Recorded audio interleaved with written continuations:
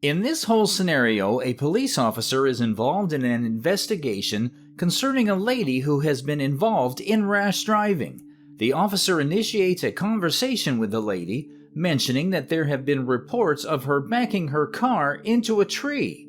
The officer points out that the tree is clearly visible, implying that the accident is evident.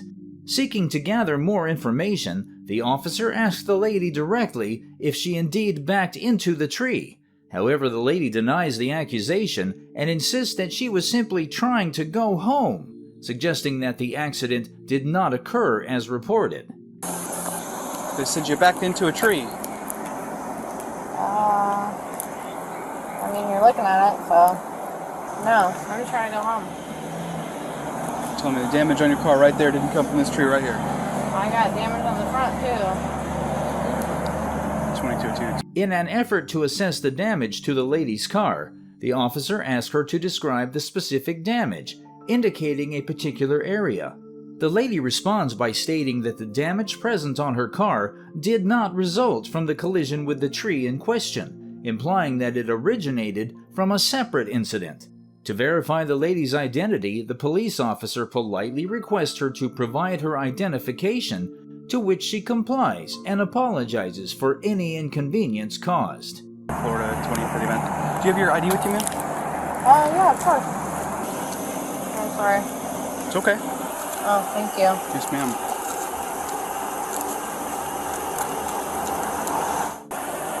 Here we go. All right. Sorry, it's hard to see. That's okay.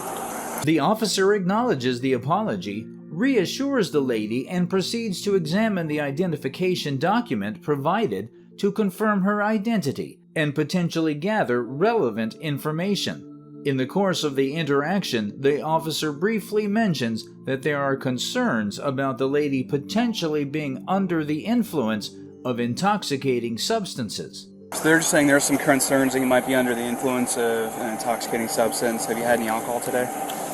After being asked by the police if she has had any alcohol that day, she confirms that she has, in fact, had alcohol earlier in the day. The officer is interested in finding out additional information, so he asks the lady how much she had to drink earlier. In response, she mentions that she had around 2 alcoholic beverages.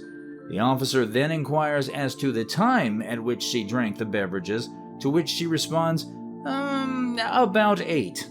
After obtaining this information, the officer asks the lady to wait close to her vehicle as he continues his investigation. Have you had any alcohol today? I have. Okay. How much did you have to drink earlier? Probably 2 drinks. 2 drinks. Okay, about what time? What time is it right now? It's 10 o'clock. Probably 2. 2. Yeah. 2 p.m.? No, 2 drinks. About what time? Probably start off at 8. Okay. Give me just a second. Do you mind staying with this deputy right here? I'm just going to go talk to them real quick and see if we can get you out of here. Yeah, that's fine. Continuing with the investigation, the police officer approaches the lady who reported the incident. They exchange greetings. The lady confirms that she witnessed the lady being investigated hitting the tree.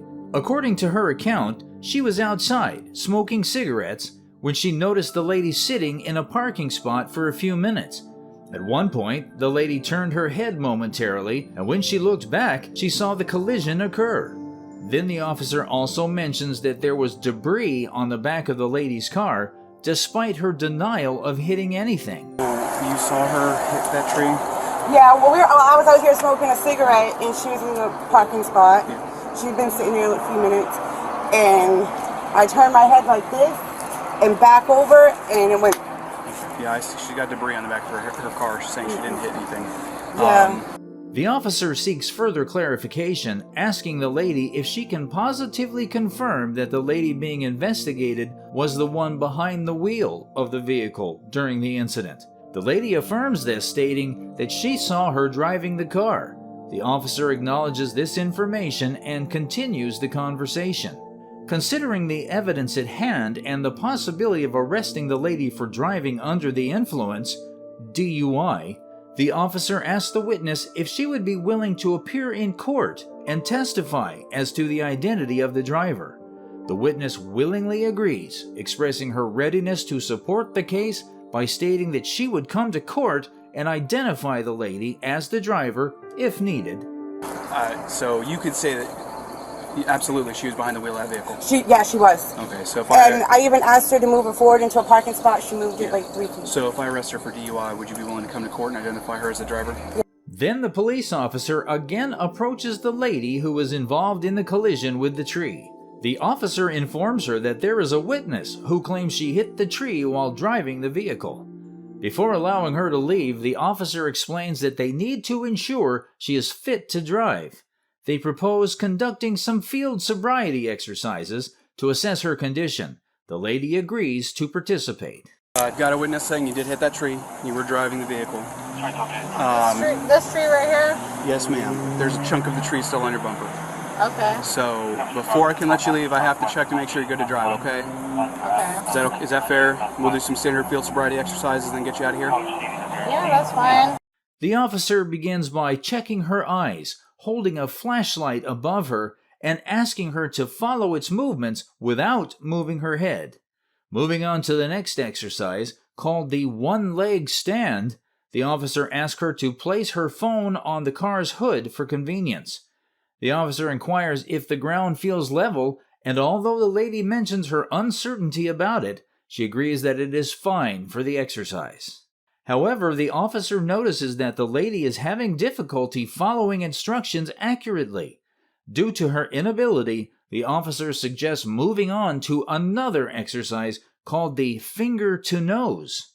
And in this exercise, the officer encounters difficulties as the lady struggles to maintain her feet together throughout the exercise. Realizing the lady's challenges in performing these exercises, the officer expresses that if she cannot pass them, they cannot allow her to leave. The lady expresses her frustration, unable to complete the exercises, and questions if there is any alternative. Okay. So the first exercise we're going to do, I'm just going to check your eyes. I'm going to hold a flashlight above you, and I'm going to look at your eyes, okay? What I need you to do now is put your feet together, hands by your side like such, okay? There we go, perfect. And just hold that position for me, okay? Okay.